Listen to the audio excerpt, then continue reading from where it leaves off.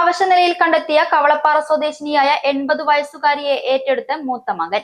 Taxi ഡ്രൈവർമാരുടെയും bus ജീവനക്കാരുടെയും ഇടപെടലാണ് തുടർ നടപടികൾക്ക് വഴിത്തിരിവായത്.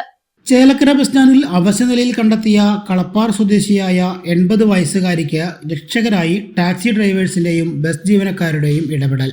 ഒരാഴ്ചത്തെ ശക്തമായ ഇടപെടലിനൊടുവിൽ വയോധികയെ മൂത്ത മകൻ ഏറ്റെടുത്തു. കളപ്പാറയിൽ നിന്ന് മുകാരിക്കുന്ന് ആശുപത്രിയിലേക്ക് പോകാൻ ബസ് കയറി ചേലക്കര ബസ് സ്റ്റാൻഡിലെത്തിയ വയോധികയാണ് ക്ഷീണിതയായി അവശനിലയിൽ കണ്ടെത്തിയത്. ഉടൻ തന്നെ സ്റ്റാൻഡിലുണ്ടായിരുന്ന ടാക്സി ഡ്രൈവർമാരായ നൌഷാദും ഷാനവാസും ബസ് ജീവനക്കാരും ചേർന്ന് അവർക്ക് വെള്ളം നൽകി ആശ്വസിപ്പിച്ചു.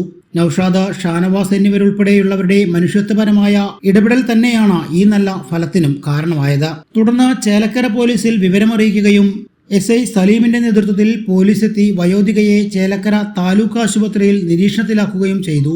ആശുപത്രിയിൽ നിരീക്ഷണത്തിൽ കഴിഞ്ഞിരുന്ന വൃദ്ധമാതാവിന്റെ കാര്യത്തിൽ സാമൂഹികനീതി വകുപ്പിന്റെ കൗൺസിലർ സുജ, ചേലക്കര പഞ്ചായത്ത് അധികൃതർ, സാമൂഹിക പ്രവർത്തകർ, ചേലക്കര SI സലീം, ഫാത്തിമ, സുരയ്യ എന്നിവരുടെ ശക്തമായ ഇടപെടലുണ്ടായി.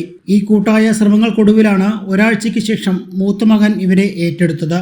മാനുഷികപരമായ ഇടപെടൽ നടത്തിയ സാമൂഹ്യനീതി വകുപ്പ് കൗൺസിലറെ പഞ്ചായത്ത് പ്രസിഡന്റ് MK പത്മജ അഭിനന്ദിച്ചു. സൗജന്യ വൈഫൈ കണക്ഷൻ അങ്ങനെ വരാൻ വഴിയില്ലല്ലോ. ഫ്രീ മോഡം ഇൻസ്റ്റലേഷൻ ചുമ്മാ. സത്യാടോ, എന്റെ വീട്ടിലേക്ക് കണക്ഷനാ. തന്നെയും വിശ്വാസമില്ല. അല്ല, കേരള വിഷൻ. കേരള വിഷനിലേക്ക് സ്വാഗതം. ഇപ്പോൾ വൈഫൈ കണക്ഷൻ എടുക്കാം ഫ്രീ ആയി.